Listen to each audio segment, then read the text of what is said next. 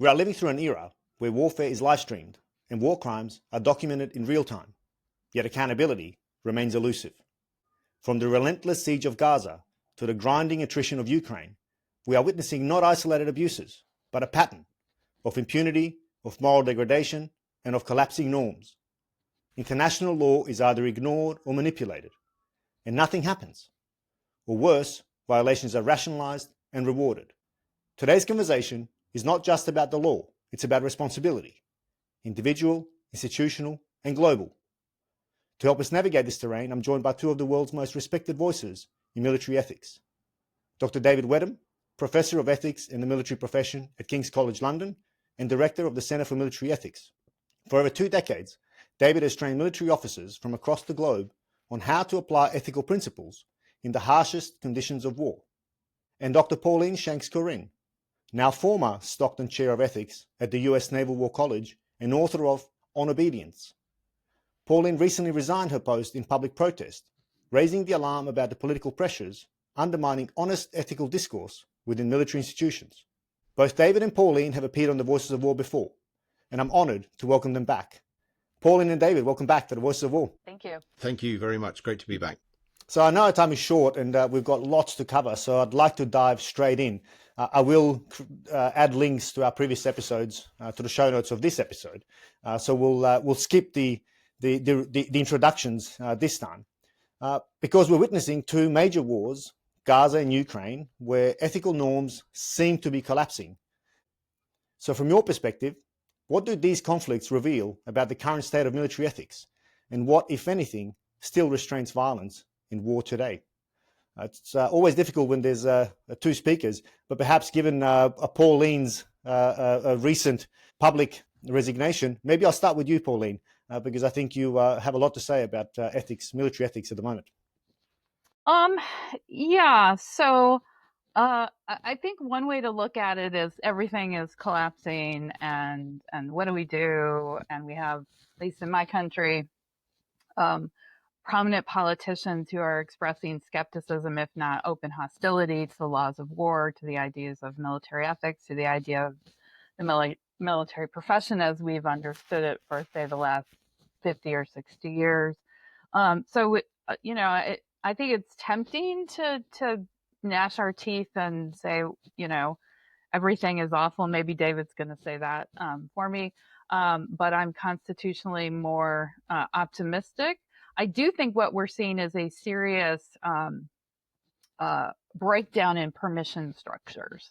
So I think in part because of social media and the way in which we can stream things live, and now people can participate in a way, the time period has collapsed. So it was a year between the My Lai massacre and the pictures appearing in Time magazine, right? So it's not the case that atrocities have never been committed, have never been a matter of state policy, have never been something that have been disseminated or made public or being bragged about, but that time has collapsed, right? So we can see it instantly. And I think some of the permission structures, I think Gaza and Ukraine are both what we might consider sort of smaller wars, right? With a mix of conventional, unconventional, and all kinds of other things going on, including information warfare. So that narrative is really key to how people are fighting. And I think we see it with all the belligerents in both of those conflicts who have a vested interest in trying to sway public opinion or garner sympathy or horrify, like, let me convince you how bad I am by showing the things that I'm willing to do to win. So I think that's part of what we're seeing. I do think that's a challenge for military ethics, but I don't think it's a wholesale collapse. I mean, we're not seeing the things we're seeing, unfortunately. Perhaps they're at a scale, especially in Gaza, that perhaps we haven't seen before. But these are not, like, there's not a lot of novel stuff in military ethics, right? So maybe the way it's packaged or the people who have access to it, maybe that is changing, the conversation is changing. And the willingness of politicians to say, and it used to be that you wanted to cover up your war crimes, right? And now it seems like you have some leaders who want to brag about them, who want to make it clear, like, yeah, I'm going to do this, and hoping that that persuades the adversary uh, to stop fighting or to sue for peace or so on, which doesn't seem to have worked so far, in my view. We're contesting the meaning of war crimes as well. What do you think, David? What's your thoughts? It's a huge topic, isn't it? There's so many different bits to unpack there. I would my note of caution with the everything's terrible. It clearly is. There's some terrible things going on. I think Pauline's absolutely right to note that there's plenty of history of this kind of behaviour. It's not a 21st century phenomenon. So war is an absolutely horrendous thing to engage in, which is precisely why you're not supposed to enter into it lightly in the first place. And you can only restrain it so far. But I do think it's worth noting that the wholesale abandonment of the moral rules, the ethical norms, and the laws, we're not there yet, because even the perpetrators of some absolutely appalling behaviour, some state-sponsored atrocities, they're not saying it's okay to do this. They spend an awful lot of time and resources trying to demonstrate that they're not doing what they're doing a lot of the time. They're using sophisticated media techniques to try and get their side of the story across, to justify their actions, and invariably it's portrayed as necessary to try and justify those actions, or it's simply made up by the other side, who simply want to undermine the legitimacy of what would otherwise be a legitimate act. So if it really didn't matter anymore, why on earth are states spending so much energy in trying to justify what they're doing? If it genuinely doesn't matter, that just doesn't make sense. It clearly does matter. And that's the real one of our challenges, I think. Interesting. I mean, I couldn't agree more. I think it does matter. Where I'm having a conundrum personally is that it appears as though we're living in this giant hypocrisy where, on one hand, we're trying to present an image of being righteous and noble, and then through these very narratives that you both described, we're doing the most abhorrent things and justifying it by those same very narratives. So it's, in my view, I find it difficult to reconcile how the West can recover its moral high ground. West, broadly construed, right? Israel is part of that, I think. How it can regain its moral high ground when, we're justifying abhorrent behavior through narratives of, well, it's one-to-one casualty versus militant, and then you dig below and ask the question, how do you define militant? Well, it's done through AI, where anybody with this particular pattern of life is therefore considered a militant, right? Which then brings me to the question, what does this do to our jus in bello principles, right, of distinction, proportionality, and even necessity, or let's not even talk about humanity. And I guess that's also my next question to you both. How do we then, given what we're discussing, and if the situation is not as dire as you both suggest, which it might not be, but how do we then reconcile this battle of the jus in bello principles, which, in my view, and perhaps I'm too far down a rabbit hole, are nothing but hypocrisy? And whoever wants to take first, happy to make this a conversation rather than me. Well, I think the jus in bello constraints are certainly under pressure, and they're always under pressure once you get into combat, as David said. That's why you're not supposed to do this. Like, this is why this is supposed to be last resort. So I think that's one piece of it. And so the question is, how do you engage in this? There's varying degrees of professionalization, and the military is involved, right? And so that's part of the issue.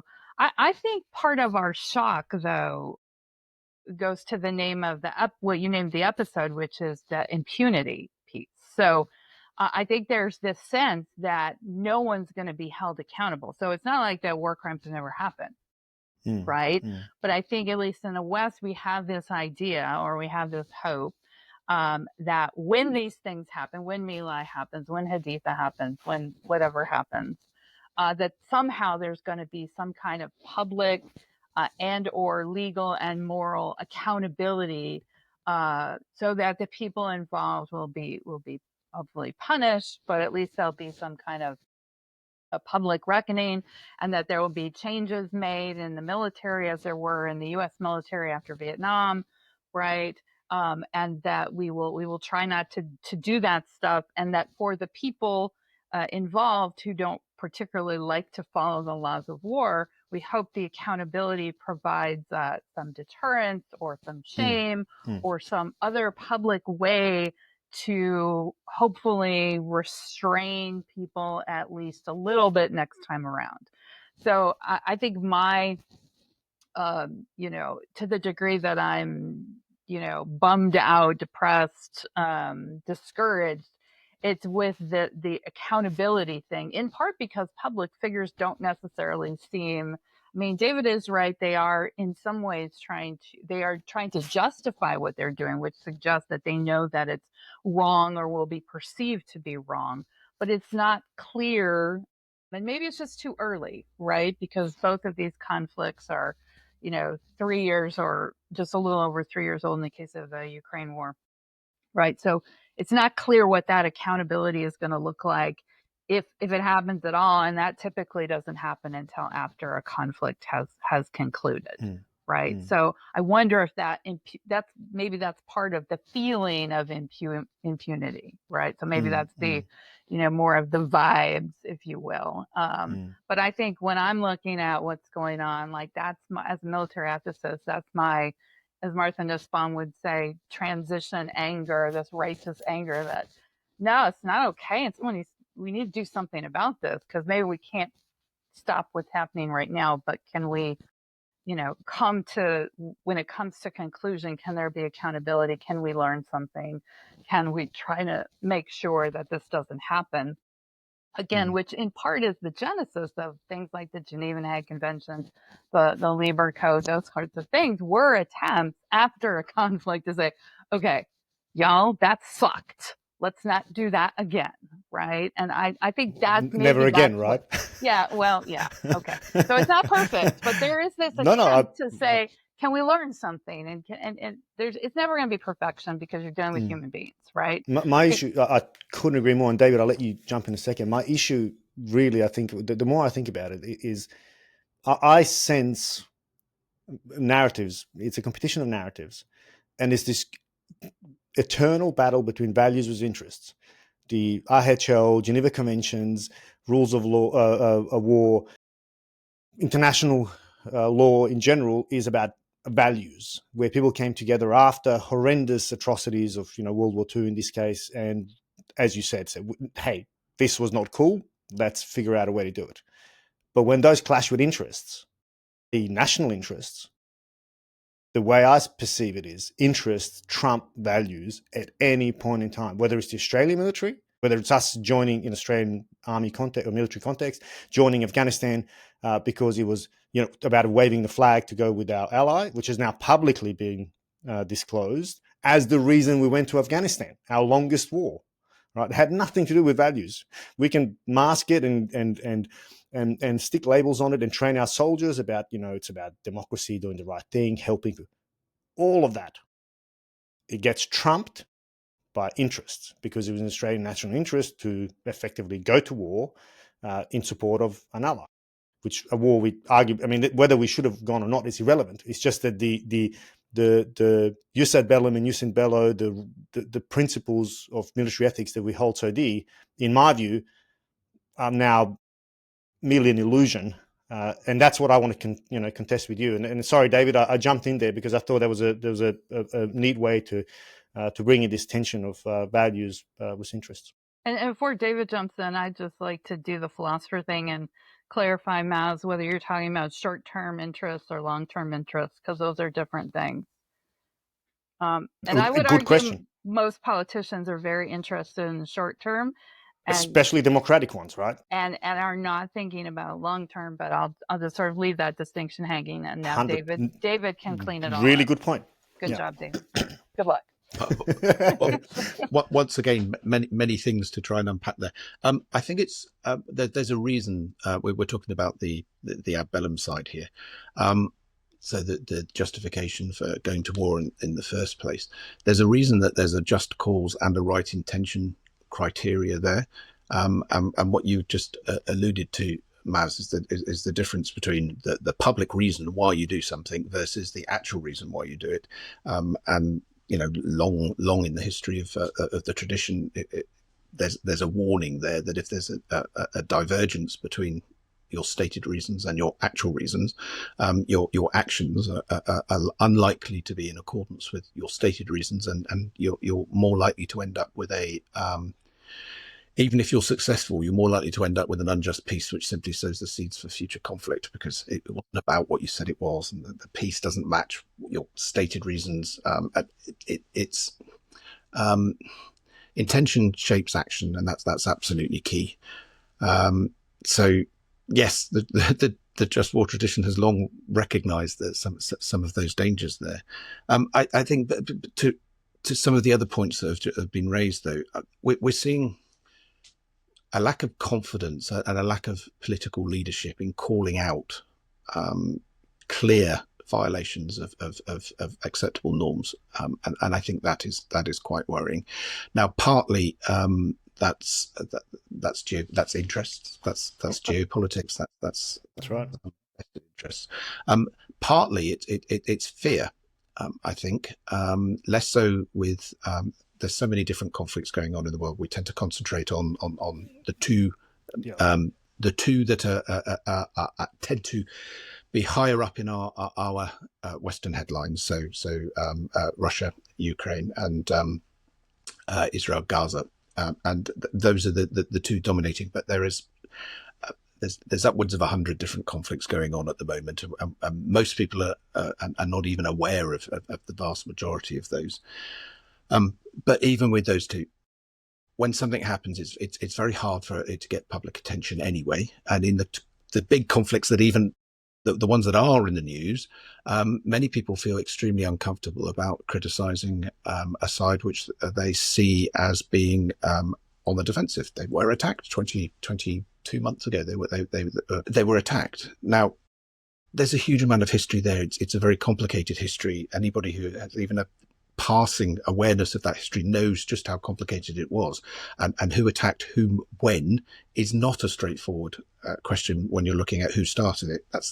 It's almost a ridiculous question to even ask. You're going back generations here rather than something that started less than 2 years ago. It didn't start less than 2 years ago, but the particular events that started the current round of violence, you look at that, it was outrageous. It was a horrendous series of acts, and then it's very hard to look at response to that and say, this is unwarranted, this is unjustified, this is disproportionate, this is indiscriminate. It's very hard to say that when your starting position is such a reprehensible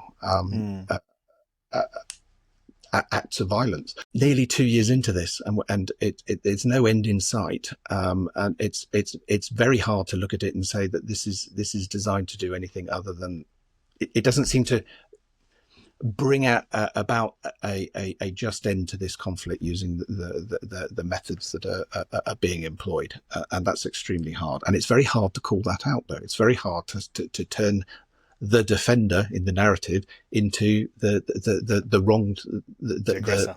The aggressor. It's. But plus, that's the whole purpose of IHL. Right. And my point to you, there's a reason. Back to the just war tradition typology. There's a reason that it separates out the types of justice. You've got justice of going to war, what justifies in the first place. And then there's what you're permitted to do in bello. And those are separated. They're deliberately separated because we're never going to agree on who was in the right and who was in the wrong. And the point is, for the in bello side of it, what you're allowed to do, it doesn't matter. It doesn't matter who started it. That's a completely separate way of judging. It's a completely separate way of looking at it. So it doesn't matter which side you're on. It doesn't matter which side you support. You look at the individual acts and say, is this acceptable or not? And it doesn't matter who did it. It's still the same question. You're looking at the same thing, the same question, is it acceptable or not? And if the answer is no, then it doesn't matter who was doing it. The answer is no. And having the confidence to call that out is absolutely essential. Especially when one is a terror group and the other is a state, in the case of Israel Gaza. Absolutely, and there's a lot of outrage that Israel is held somehow to a higher standard. But Israel is a democracy. It is fighting a terrorist group which automatically has less, if any, legitimacy to start with. So it is held to a higher standard and should be held to a higher standard. It's a democracy. It's supposed to uphold the rules. That's what democracies are supposed to do. They are governed by the rule of law, or supposed to be governed by the rule of law. They're supposed to respect international norms. They are held to a higher standard. That's not unfair. That's just the way it is. Yeah, and I mean, I guess for me as well is in many ways we're not. To me, Israel and Hamas at least are too far gone. As in, they are too emotionally invested in this, and there are a myriad of ulterior motives, real or otherwise, behind the actions, conspiracy theories, as well as truths, undoubtedly. To me, it's not up to them to stop. They cannot stop. Hamas can't stop because they lose their legitimacy. In fact, they're winning the strategic war, perhaps, by having so many civilians killed. It works in their favor. This is exactly what they were hoping for. And every civilian death creates 10 more martyrs. I mean, that's the insurgent math, right? From the crystal, Absolutely. And when you understand that, the idea of playing into their hands just seems even more ridiculous, doesn't it? Which totally neuters the military necessity argument, because whichever way you look at it, and we've got even recent history to go off, i.e. Afghanistan, where, we killed insurgents en masse, and, en masse insurgents rose up. So, even in that debate, so which also then gives fuel to perhaps half-truths or half-baked truths or conspiracy theories, because there's just no rationale behind what's going on right now, apart from what some might say, quite credibly now, is complete ethnic cleansing or whatever it is. Pauline, you're nodding. Anything to add on so far? Yeah, I think with both of these conflicts, it's not that they can't stop; it's that the costs of stopping are so high, whether that's emotionally, nationally. I think in some ways both of these conflicts have existential elements to them, right? So you have that piece, but you also have this question of, especially in the case of Israel, they're supposed to be a professional military, right? So and so I think that's part of what's going on there too. So I think it's that I know as philosophers, well, other philosophers, I talk about emotion all the time, but other philosophers don't want to talk about emotion. But I think that's just, whether it's Clausewitz or whoever, like, this is part of warfare, right? And, they're in, it's like being in I know neither of you probably have had conflicts with your significant others or children or anything, but I have a teenager who should be a lawyer, and he loves to argue, and like, you get pretty deep in these arguments, and there's just this is not going to end well, because neither of you, I mean, you both could stop, but you're just choosing not to because you don't want to lose face. You don't want to, your emotions are jacked up. There's all kinds of other things that are playing into the reasons why you want to keep going, whether it's the sunk cost fallacy, whatever it is, all of these kinds of things, just different kinds of interests mitigate against that, right? So I think that's the hard thing. They can stop.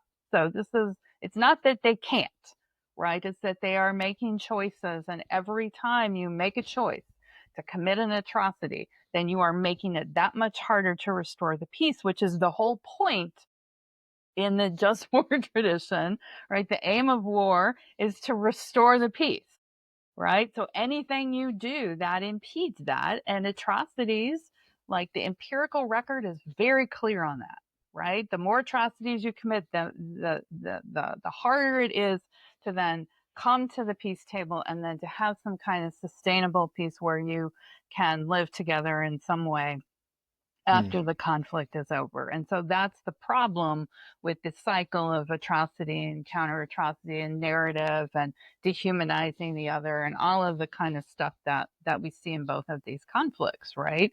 You know, you are incentivizing everything but peace, right? You are undermining the conditions that you would need in order to establish a peace to begin with, much less a just peace.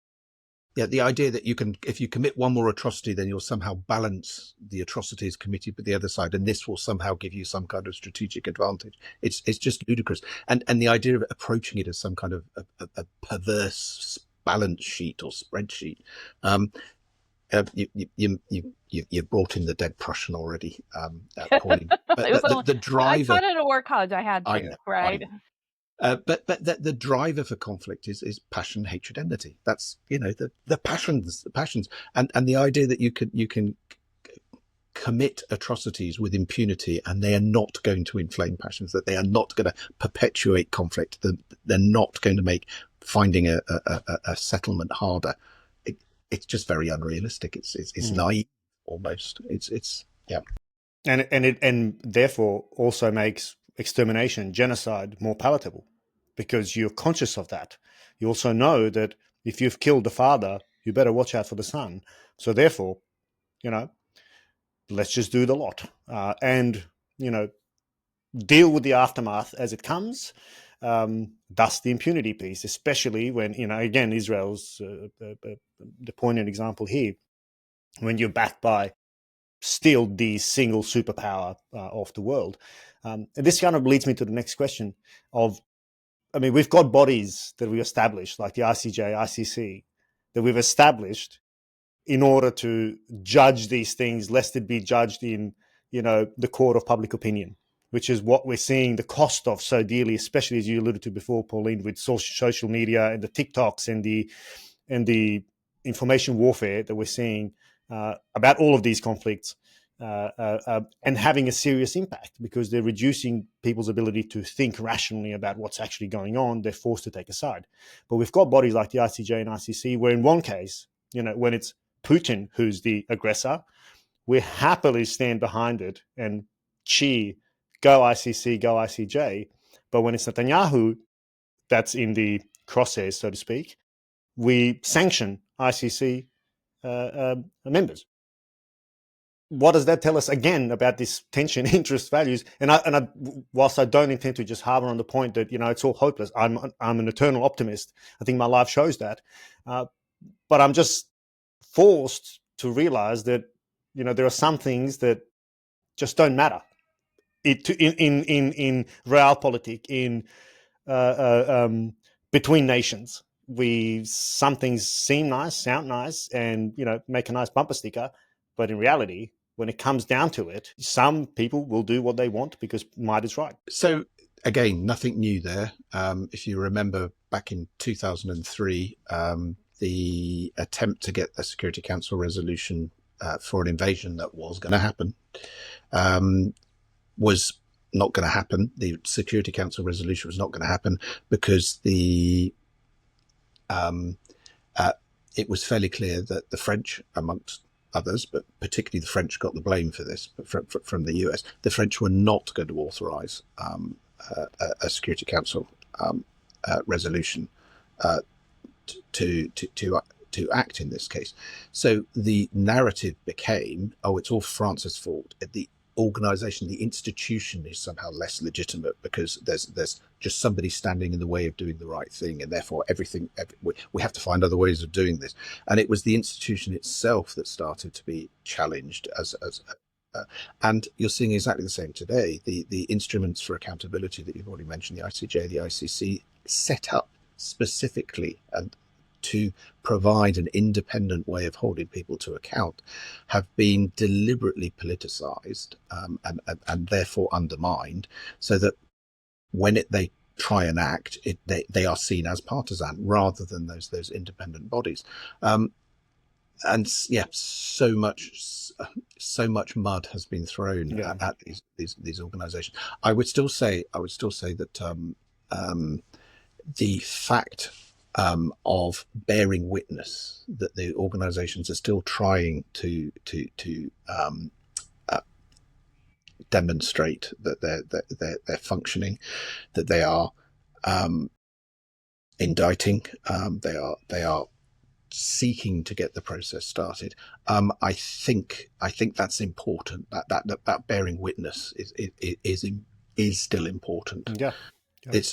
It's being noticed. Whether it's being acted upon is another thing, but they are being called out by those institutions. Well, history will remember, right? I mean, at least 50 years from now, when other people discuss this, Netanyahu's name will be with the ICC in books, which might not mean much, but at least it just might. It mean might. something. I mean, I agree with David about bearing witness. I think this was also, it reminds me of, the journalists during Vietnam, during the U.S. interventions in Vietnam said, their view was they couldn't change what was happening, but they could bear witness so the world could see what was happening. And I do think that's important. I do think both of these conflicts have put the idea of international law under a significant amount of pressure.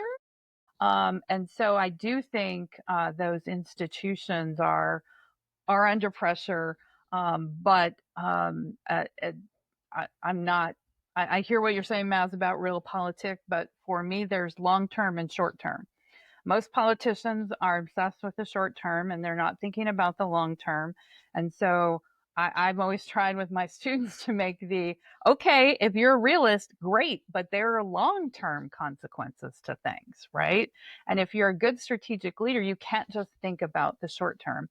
You also have to think about the long term. And I do think for democracies, it's in their interest long term to be seen as the upholders of international law and human rights. And clearly we're in a moment, especially in the United States, where we're exploring to what degree we still agree with that. And we have politicians that are skeptical and hostile and think that we would never lose another war if we could just kill enough people. And that's just empirically false. That's not how it works. But I think because of that, the institutions are under pressure. And as David pointed out, this isn't just a 2025 issue, right? It's a long-term issue. But I think after COVID, at least in the American context, like the level of skepticism against every institution, whether that's higher ed, the media, Congress has always been unpopular.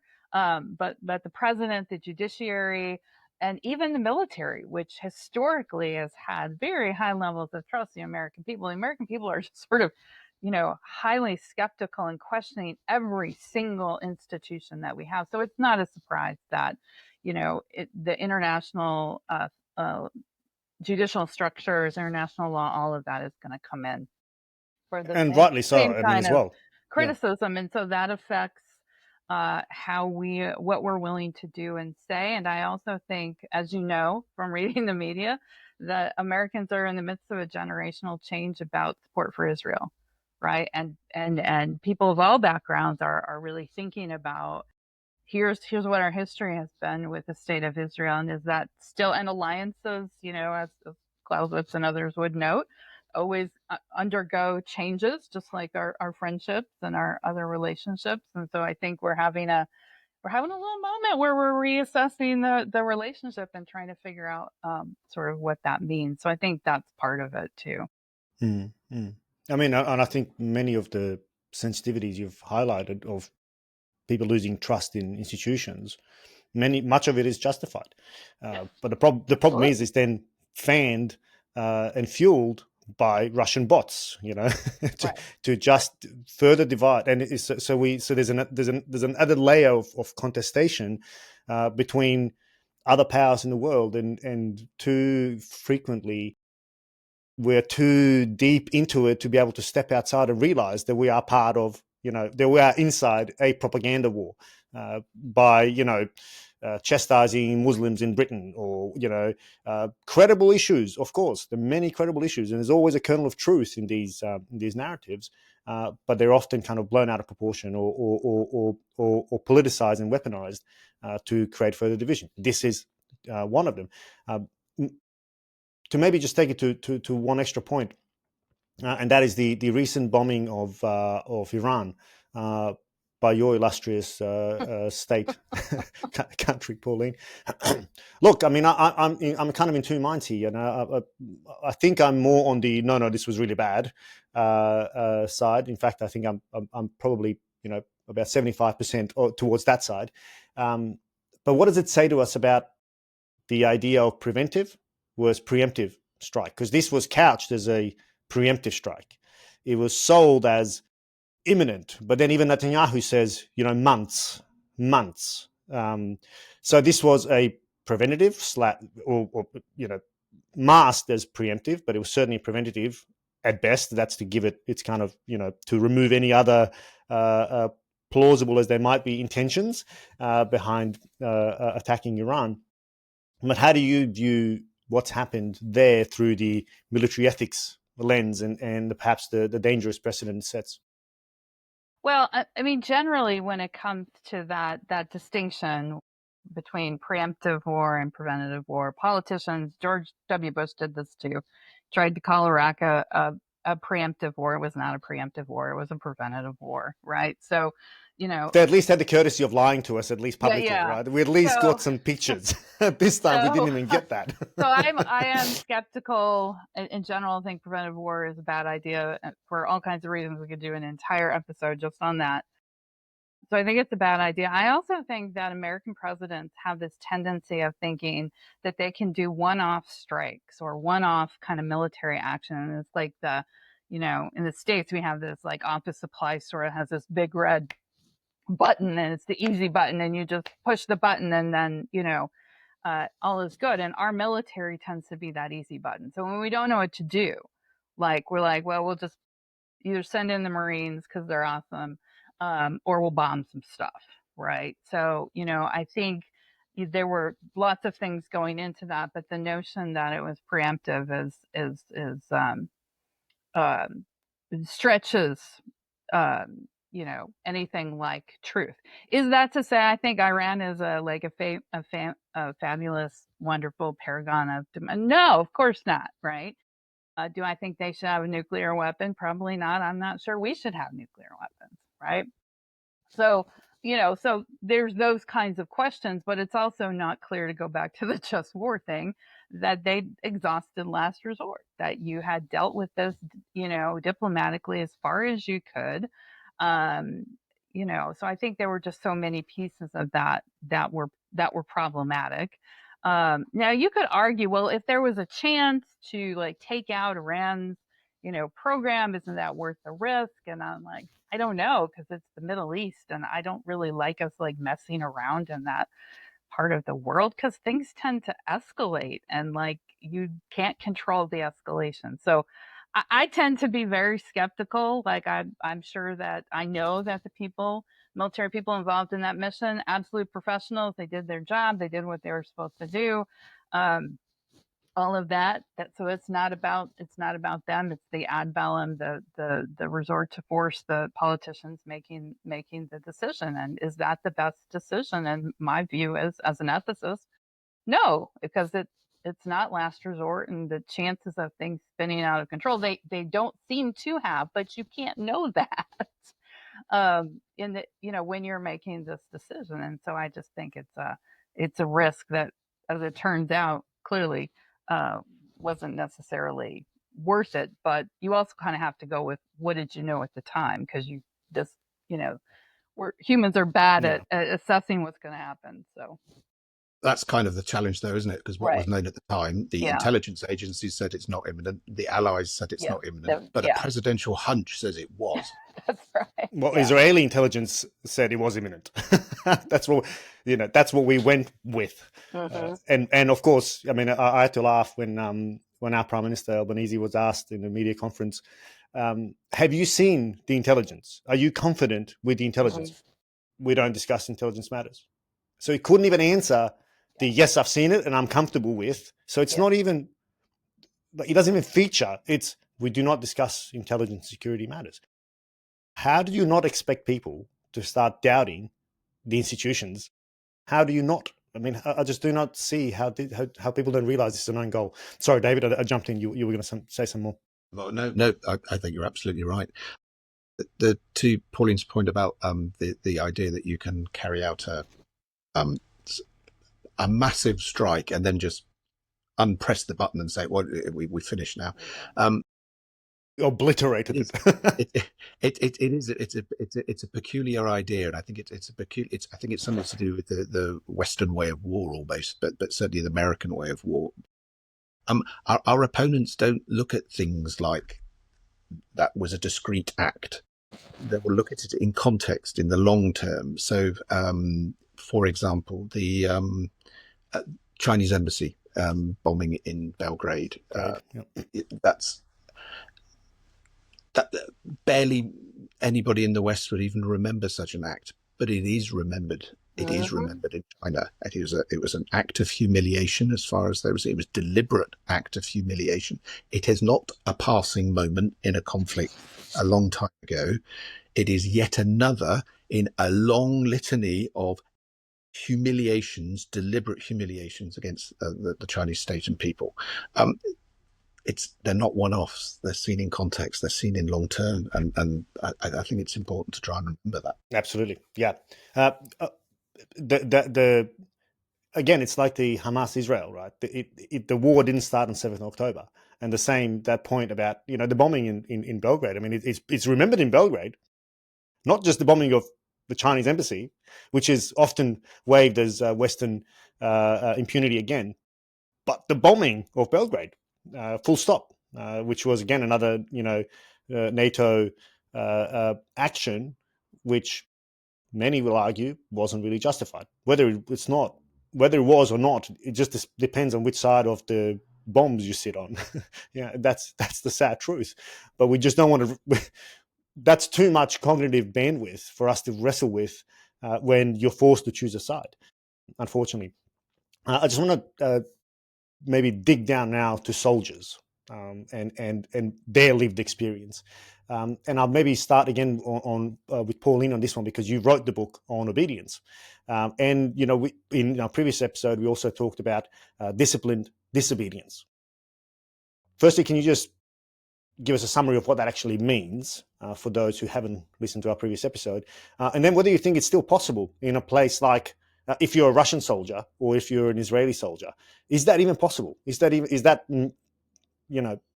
too high a bar set to expect soldiers to exercise something called disciplined disobedience?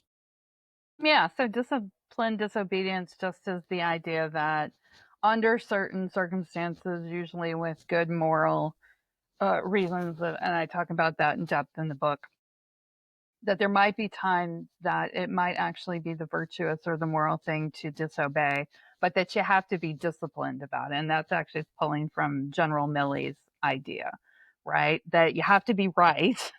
You have to be willing to suck the consequences if you're not right or it doesn't turn out well. But that as professionals, we might expect you to exercise your professional judgment, expertise, including expertise, moral expertise in the moment, to make a decision where you think something's about to happen that is unprofessional, immoral. Obviously, the illegal thing is the obvious one, but it's much more complicated than that. I think it's still possible. The question is cost, and how much cost can we ask people to bear in doing the right thing? And I think that that's an open question. I think for people who are in professional militaries and democracies, as David said, like that bar should be pretty darn high, because you are doing what you are doing in our name. So if you're committing war crimes, I'm committing them too. So I think what I would expect from, say, my former students or from members of the American military is there's perhaps a higher bar, but I also think there's just a human bar, right? There's things that it's not the case that every Russian soldier has no moral qualms. That's just not like it's not it. it's much more complicated than that. Obviously, you have propaganda, you have the society you came from, all this kind of stuff. But people are critical thinkers in every society. And so I do think there's a basic level of humanity that we ought to expect. But I do think there's a fair question about how much cost should we ask people to take on. I would also say that I think it's better if you don't have to take on that cost alone. It's better if you have compatriots or there are other people who are dissenting, disobeying, and we have seen this in the IDF, right? We do see some refusals, and where you have more than one, then I think that makes it easier. But like Millie said, like sometimes you just have to be willing to accept the cost involved, and maybe the cost involved is lower than the cost of living with yourself if you committed atrocities. And I think that's what, as ethicists, that's what we hope, right? But that's not to say it's an easy decision, right? Because militaries are designed to not just cultivate obedience, but they're actually designed to cultivate compliance, which is a completely and utterly different thing. And especially in autocratic states or in these kinds of non-professional military contexts, there's a lot of coercion, there's a lot of compliance as opposed to obedience, which is why I wrote the book, is to get people to think about obedience as a virtue as opposed to compliance. Compliance, yeah. David, anything to add? Yeah, I mean, it is a superb book. Thank you. Yes. Thank you, David. Seconded. So the default position for a soldier, sailor, aviator, is trust your prince. That's trust your prince. That's the formula within the just war tradition. That's the default, except if what you are being instructed to do outrages the common decency of mankind, as Walter puts it. Pretty much, it sums up that. Now that's pretty easy if your order is bayonet that baby. No, doesn't matter who tells you to do it. You can't. I can't. That goes beyond trusting my prince. My prince has now told me to do something I can clearly see is wrong. I cannot do that, and it doesn't matter who tells me to do that. Invade a country. It's a bit harder. It's a bit harder for the soldier to work out. Well, I'm sure the prince has got a good reason for this. Some of the just war revisionists will take this and say, well, it's outrageous. If you go and rob a bank and you pull the balaclava on and you're there with your shotgun, and then the police turn up and the two sides start shooting each other, you don't claim that there's moral equality between the two sides. The police are trying to stop you from robbing a bank. You know you are robbing a bank. You are in the wrong. You are not morally equal to the police. You are wrong. You have chosen to do the wrong thing. And that seems, that seems to make sense. See, Russia has chosen to invade Ukraine, and therefore, if you're a soldier, a Russian soldier, then it doesn't take that much effort to work out that you are invading a sovereign country. Surely you must know you're the equivalent of the bank robber. But really, is it that easy? What about if the country is actually saying it's our bank? It's our bank. They've stolen our bank. You're not the bank robber. You're the bank liberator. So. Okay, well that's okay. Maybe I'm not the bank robber, and the police they're not. That's the good guys. Regime. They're the ones trying to stop me from claiming my bank. It gets muddy very, very, very quickly, which is again one of the reasons why we keep the distinction between the two levels in the tradition, and that it's getting blurred. It's getting fuzzy. I accept that. There's a lot of blurring between the divisions of moral responsibility. But unless you are absolutely sure, unless you have lost confidence in your prince, in your state, which can happen. There was a big dip in confidence after the dodgy dossier in 2003. There were militaries, Western militaries, that went along with it because they believed, I'm sure the politicians know more than they are able to put in the public domain. And then it turned out, no, they were just it was just made up. It was made up. It was back to your interest over values. It was, it was made up. That was a huge damage to the institution and to the trust in that Clausewitzian Trinity, but there was a lot of damage done in Western institutions because of that, and it's taken a long time to rebuild that, I think. So it can be easily lost. The default position, though, is trust your prince unless it is clearly wrong, and that's really hard to say about the strategic end of decisions, and the privileged group in the military that are genuinely capable of making that calculation are the ones that straddle the line, the military political divide, and again, Walter says we don't exactly know which rank that is in every case, but you kind of know it when you see it, and they're the people who either are providing the military advice to the prince, to the state, or should be, and their job is to elbow their way into those rooms and provide that professional advice and the moral expertise that Pauline refers to. Politicians haven't got a rich background in things like the just war tradition. They're not familiar with those incredibly rich professional doctrines that guide professional behaviour, and that's precisely why it's up to senior military officers to be in those rooms, to make sure that they are heard, and only that, as long as the soldier, the common soldier, no such thing as a common soldier, but as long as everybody below that level is confident that that is being done on their behalf, then they can trust their prince. But if they don't think that conversation is happening, if they don't think somebody's looking after their broader interests in that sense, then you have a crisis of legitimacy within the organisation. Then you have selective conscientious objections starting to happen. People going absent without leave. It's fascinating to look at the history of things like selective conscientious objection and the way it is recorded, because different militaries will record it, and very few militaries will actually record the number of people who disagreed with the decision to go to war.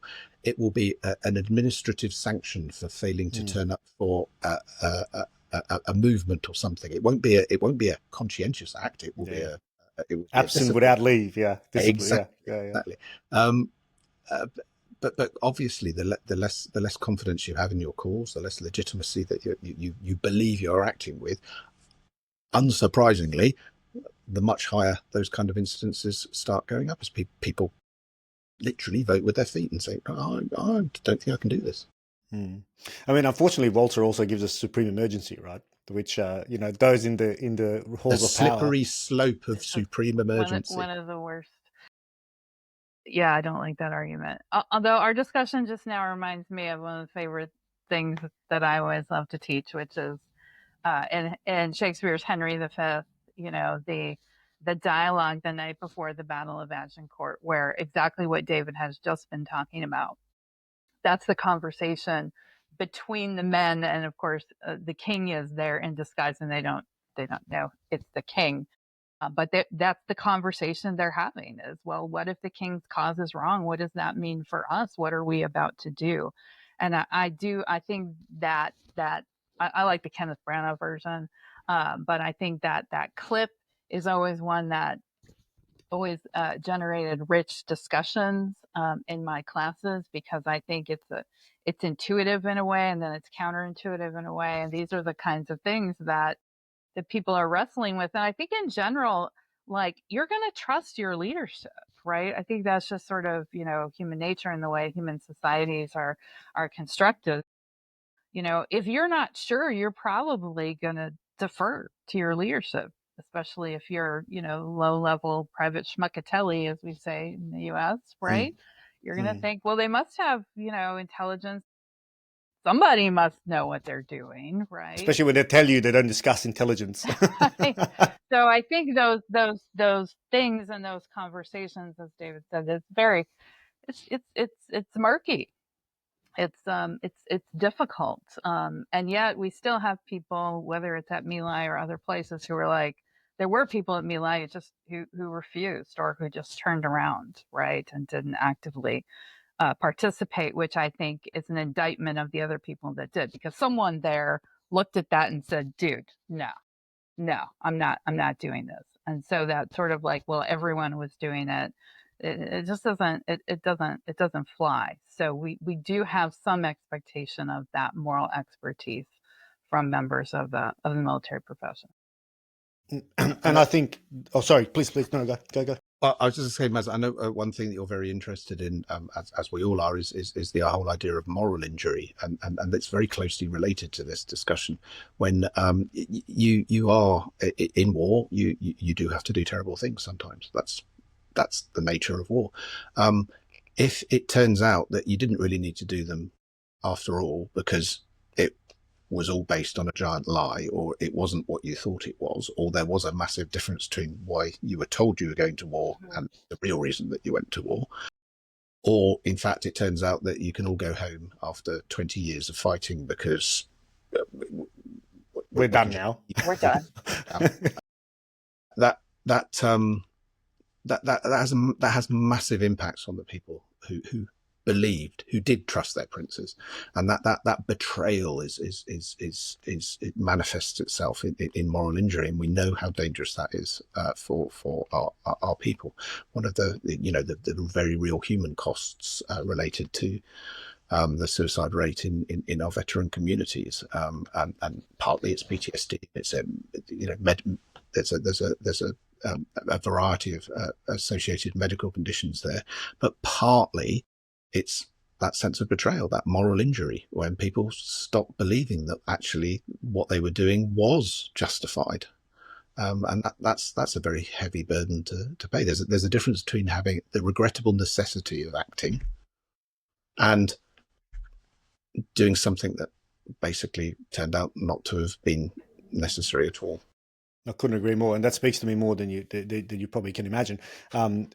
Me and many of my peers who've now left the Australian Defence Force, but many of us left with questions: what was it all for? So yeah, it absolutely speaks to that. But I think it also, and that's perhaps a nice segue to my next question, and that's directly related to you, Pauline, because I feel like you've exercised some discipline, disobedience, I think, recently, and perhaps you've lived and walked your own ethics. Can you summarize why you resigned from a very prestigious post, and then also maybe link what is the post for? Who is it for? Who does it represent? What does it stand for? As a way of kind of bringing to light this tension that we've just discussed, which you've just lived or are living. Let me correct myself as we speak. So the Stockdale chair is for the U.S. Navy, maybe not the highest, but one of the highest positions that is responsible for ethics, right? The U.S. Naval Academy also has sort of an equivalent ethics chair, but this is a person. Usually, the last couple decades, it's been a civilian who is a trained ethicist, a philosopher, and who is responsible for help guiding the ethical culture of the Navy and teaching ethics and engaging in ethics across the fleet and the force, as well as within the Naval War College, which is one of our graduate schools.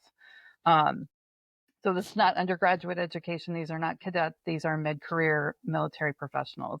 And I resigned because I was no longer able to do that job, especially teaching and scholarship to the level of excellence and ethical integrity that I thought was necessary given the executive orders, the interference with academic freedom, the lack of support of academic freedom within my chain of command, which I had before. For the last 7 years, I've taught all kinds of interesting things. I have written interesting books, including the On Obedience book. I've been writing a book on ethics of care and honor. And it became clear after January, and this is all documented in Tom Nichols' great piece in The Atlantic, that it was just impossible for me to do my job. And I thought that the one thing I could do as ethics chair, since I couldn't do my job and I couldn't protect my faculty colleagues or my students, was that I could resign in protest and say no, and say this is not okay, it's not acceptable. And there is a lot of fear. And so it was a way to take what is a very privileged position and to say this is not okay with me, and it's so not okay that I'm going to leave a job I love. I've been so lucky in this job. The students are incredible. I've got to do incredible scholarship. I've got to do amazing things working with the fleet and the force and the joint force, and within the Naval War College. So it wasn't an easy decision to make.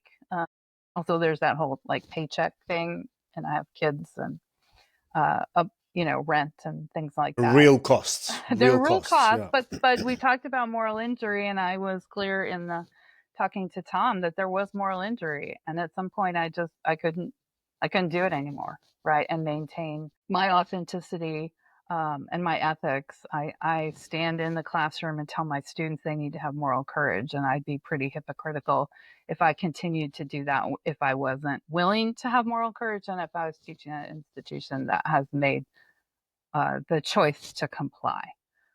So, So what sort of pressures were you under that led to that decision? um, And I'll link the article as well, just for more yeah, detail. I But mean, just a lot in of a it was nutshell. the external, the change in the Secretary of Defense, the skepticism, hostility to anything that's not lethality, which I don't actually know what that means. The firing of prominent female leadership within the U.S. Navy. The Stockdale chair is something that's an honor, and it weighed heavily on me, and I didn't want to get fired. And so there were lots of those pressures. There was also the internal pressure of I'm an ethicist, and I need to be able to look at myself in the mirror. I need to be able to look at my children in the eyes, and I've always told them you should always do the right thing, especially when it's really hard and you think maybe you're going to get in trouble. So at some point it was just like I need to do this, um, for me, but also for my colleagues, because I'm very protective of my faculty colleagues, and I couldn't actually protect them by staying. And so I thought I could still engage in the work, in the fight, and advocate for them sort of outside the wire, if you will. And that was the best use of my position.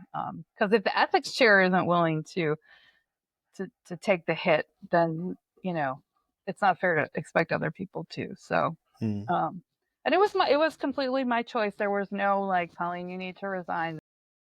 It was my decision, but it was absolutely necessary decision if I was going to continue to to have integrity, to be whole, and to be able to do the work that I wanted to do. Because within the U.S. military right now, I can't do the work that I've been doing for the last 30 years.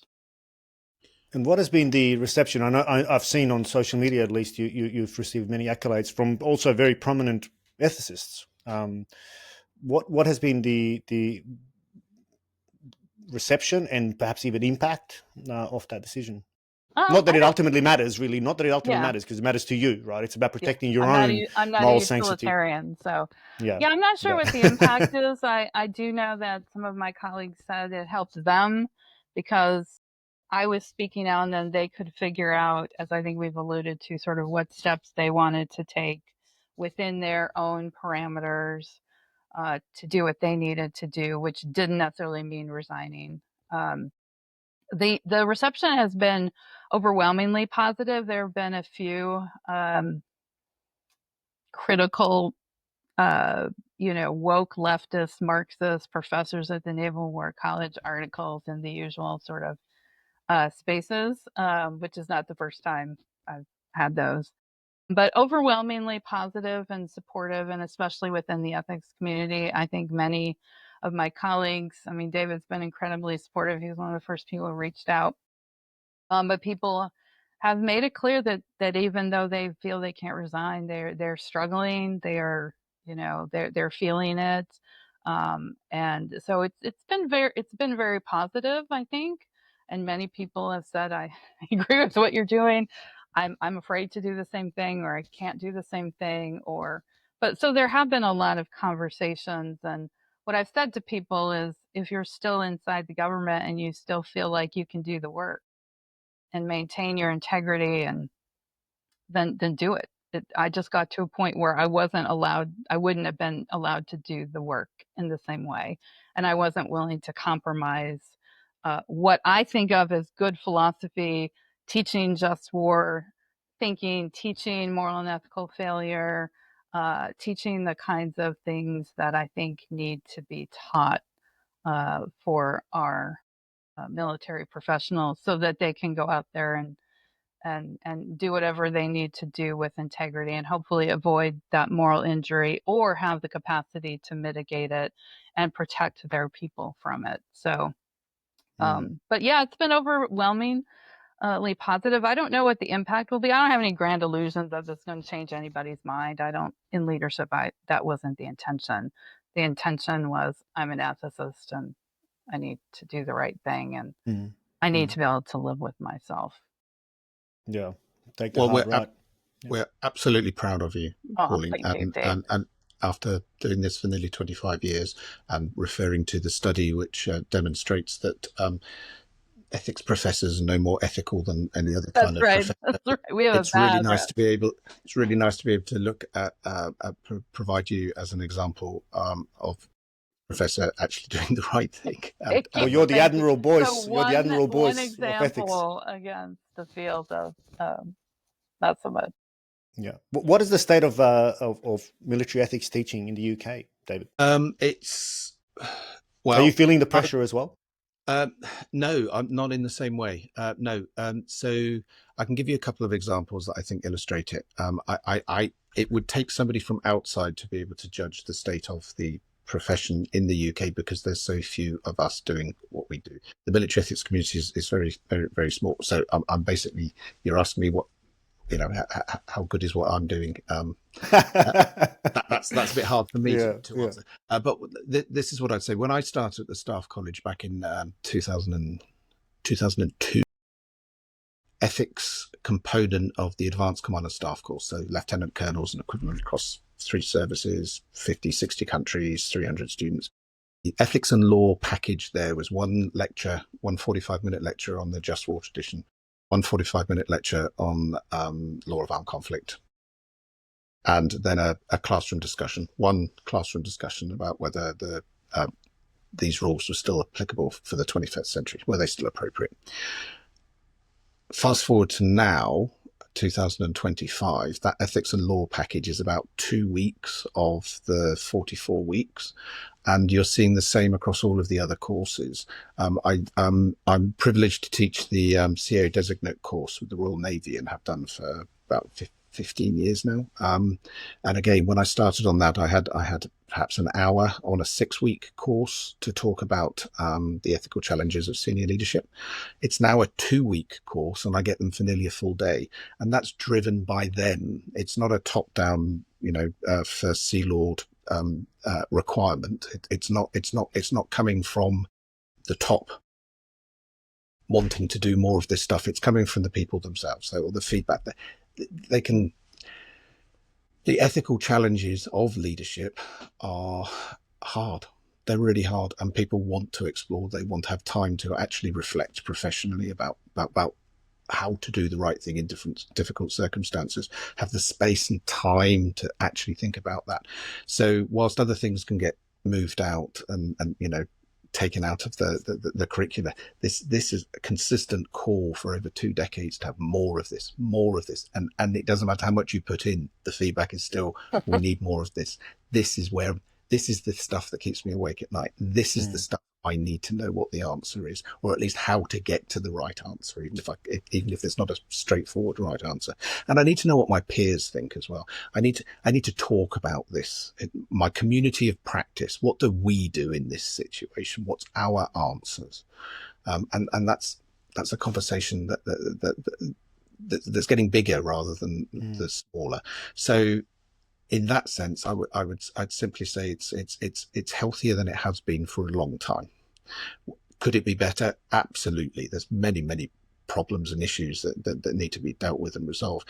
But I'd say the same. I'm just back from teaching in Australia, as you know, at the Australian War College, and very similar things there. The conversations with the senior leadership and with their staff college. Very, very similar challenges, very similar issues, and an enthusiasm to. They want to talk about these issues. They want to engage with it. They want to talk through and find the right answers, the right professional answers for the challenges of the changing environment. And I would just say that absolutely tracks even the last 6 months with my students. Like we talked about Israel and Gaza and war crimes in January, right? They're wrestling with tough stuff and they want to talk to each other. And I think having that community of practice, that professional conversation is so important, because then it's not just individuals trying to make these decisions. You're making them as and discussing them as part of a profession. And so that desire, and I've certainly seen that over my years working with the military, there's just more and more desire. Even we do flag level courses as well, general officer level courses, and people want to think about this stuff and talk about this stuff. And so maybe that's why I'm not as pessimistic as other people are, because I have sat in those classrooms and participate in those discussions, and the students are very thoughtful. And that's not to say we agreed, and even in the changed environment, we've been wrestling with what it means to talk about these questions together with new leadership, but the desire for those conversations has not changed. And in the aftermath of my resignation, I've had even more sort of active duty people reaching out and saying, here's what I'm struggling with, here's the question. So I think that desire for the conversation is something that crosses, you know, all of our communities of practice. And I think that's the most valuable thing, because then people might feel like they're less alone. I'm not the only faculty member in professional military education in the U.S. that's resigned. There's been quite a few of us, right? So it's not a happy club to be part of, but knowing that there are other people in the club is helpful, right? Because then you don't feel quite as out there and alone. And I think that's really important when we're thinking about military. And that's wonderful to hear. And I think even as a former military member, I've thoroughly always enjoyed these types of discussions, and I'm glad to hear that these discussions are still prominent in feature. And most of all, I hope that as these students of today who you've both taught or teach, as they progress in rank, as they get to the positions where it becomes harder and the cost is greater, to take the hard right over the easy wrong, or to display moral courage that's being taught and inculcated in members of the armed forces, certainly in those that we're familiar with, from the moment you join. At this point in time, and that's why I kind of alluded to earlier before that Pauline, you might be the admiral voice of military ethics, because that's an example where we see a prominent senior member in defence standing up to the Iraq War and saying, "Well, no, I don't consider this war to be illegal," and fighting the fight until sufficient justification was wrangled. Yeah. But this is what we want to see. This is what we want to, and I feel like this. Perhaps this is a good way to end this episode on as well, because it's perhaps a little bit of a positive note. But I really do feel and hope that this is what's needed at the senior levels of defence. Because I've jokingly said so many times on this podcast that values are for colonel and below, and interests are 1 star and above. And I've kind of said it as a joke, but I've unfortunately found it to be rather true more often than not, because once you're at that level, in the kind of strategic space and the interest space, it's a little bit easier to forget about all the values you've been they've been instilled in you, and the ones that you've been instilling in your soldiers. So perhaps this is the last. Sorry, I just want to hand over to both of you for closing remarks on that particular point. If you're where you are, how hopeful you are about the future of the profession. So my motto at the War College was "Every day is Ethics Day," which I beat into my students and my faculty members until they begged for mercy. But I really do believe that, and so I am hopeful. That doesn't mean it's going to be easy, and I think the pressures, especially on the professional military in the United States, there's just so many issues, including domestic deployment of the military potentially for all kinds of things that are not good. So I think that we face a lot of challenges, but I think that my students, and I do hear back from my students, and they do keep in touch, and I think that there is an impact there, and it's that they've learned to ask good questions, and they've learned those frameworks like just war thinking. Or moral and ethical failure, about how to think through things. So my job, contrary to some of my critics, is not to tell my students what to think, but to teach them, to give them frameworks about how to think about things. And they're professionals. They have brains. They can think. I'm just giving them tools and skills and frameworks and language to do that thinking. So I'm pretty optimistic. That said, the last 6 months has been depressing in some ways, because there's a lot of fear and there's a lot of compliance, and much more than I might have expected. So we'll see. And that's a warning. That's a warning sign. Yeah. Yeah. I think I have a very similar message. I've got a lot of confidence in the profession itself to be able to be resilient enough to be able to cope. How long the profession can remain resilient is a broader issue. Sustained assault on its professional pillars over a very long time will inevitably damage that organizational value, and so it just depends how sustained the attack on it is. But for now, I've got a great deal of confidence in the people and the organizational culture itself.